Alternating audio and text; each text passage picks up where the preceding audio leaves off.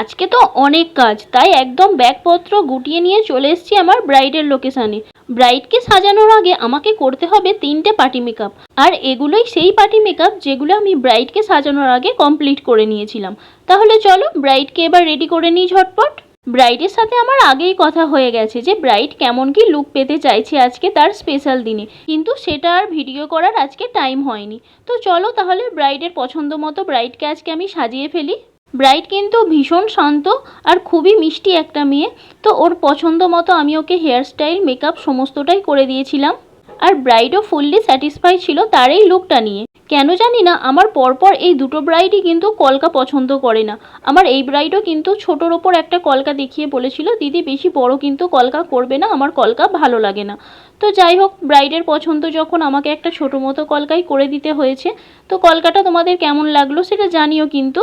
Hair স্টাইলও আমি ব্রাইডের পছন্দ মতোই করেছিলাম। তো চলো ব্রাইডকে এবার আস্তে আস্তে ওর জুয়েলারিগুলো পরিয়ে ওর ফুল লুকটা কমপ্লিট করে ফেলি। ব্রাইড কিন্তু আমাকে গত বছর নভেম্বর মাস থেকে বলে রেখেছে, দিদি আমি কিন্তু তোমার কাছেই সাজবো, কিন্তু ওর বিয়ের ডেট ফাইনাল হচ্ছিল না, তাই ও আমাকে বুকিংটা কনফার্ম করতে পারছিল না। তো ফাইনালি 1 মাস আগে ওর ডেট ফাইনাল হয় আর ও আমাকে ওর বিয়ে আর রিসেপশন লুকের জন্য আমাকে বুক করে নেয়।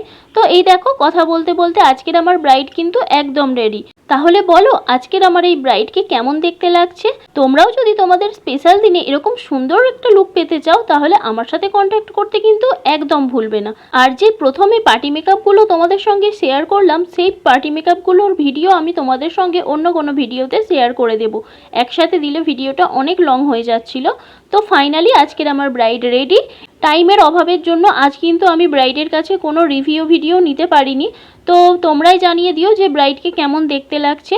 চলো তাহলে আবার তোমাদের সঙ্গে অন্য কোনো ভিডিও নিয়ে, অন্য কোনো ব্রাইডের গল্প নিয়ে আবার দেখা হবে।